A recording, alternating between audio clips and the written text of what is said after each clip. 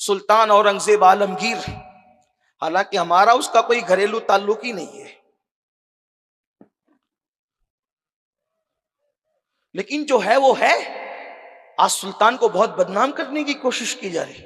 اورنگزیب عالمگیر ایک مرتبہ عید کی نماز پڑھنے کے لیے لیٹ ہو گئے اور عیدگاہ بھر گئی تھی، تو جہاں چپل لوگوں کے رکھے جاتے ہیں سلطان نے مصلی وہیں بچھا کر وہاں بیٹھ گئے۔ جس کو لوگ اکھنڈ بھارت کہتے ہیں، اس اکھنڈ بھارت کا پورے ہندوستان کا بادشاہ مسلمانوں کی جوتیوں کے پاس بیٹھ رہا ہے۔ یہاں محلے کا کارپوریٹر بھی چاہتا ہے کہ میں مسجد میں آؤں تو لوگ میرے لیے جگہ خالی کریں۔ جو لوگوں کی ووٹوں کی بھیک پر کچھ بنتے ہیں ان کا یہ حال ہے۔ وہ خاندانی طور پر نسلاً بعد نسل بادشاہ تھا، لیکن لوگوں کی جوتیوں کے پاس مصلی بچھا کر کے بیٹھ گیا۔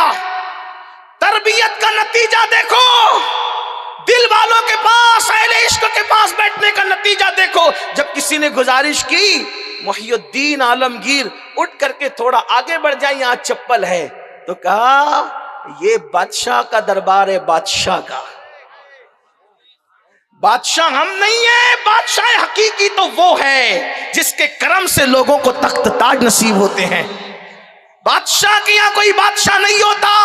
جب میں دیر سے آیا ہوں تو میں یہیں بیٹھوں گا، کیونکہ رسول اللہ کا قانون یہی ہے، میں کچھ بھی کر سکتا ہوں، قانون رسالت نہیں توڑ سکتا۔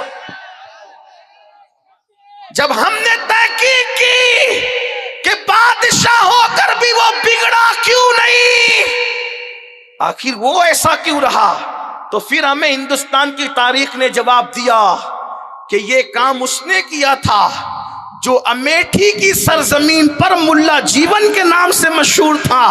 اس نے عشق کا ایسا بیج بو دیا تھا کہ بادشاہ ہو کر بھی اس کے قدم اکھڑتے ہوئے نہیں نظر آئے۔ اگر بات آ گئی تو ایک بات عرض کروں، آج مسلمان کا لڑکا بائک پہ بیٹھتا ہے تو اس کے قدم زمین پہ نہیں رہتے، لڑکیوں کو تاکتے جھانکتے جاتا ہے، اوقات بھول جاتا ہے۔ کیوں؟ کوئی تربیت نہیں ہے۔ جس نے تاج محل بنایا لوگ اس کو بڑی گالیاں دیتے ہیں، یہ شاہ جہاں تمہارا بادشاہ ہے۔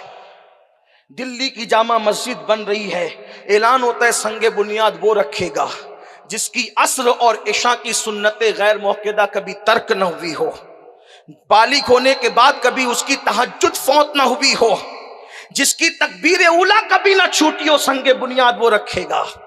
لوگ انتظار کرتے کرتے صبح سے شام ہوئی تو بادشاہ آنسو پوچھتے ہوئے آگے بڑھا، ہم ہی رکھ دیتے ہیں۔ تو کسی نے بازو پکڑ کے کہا شرط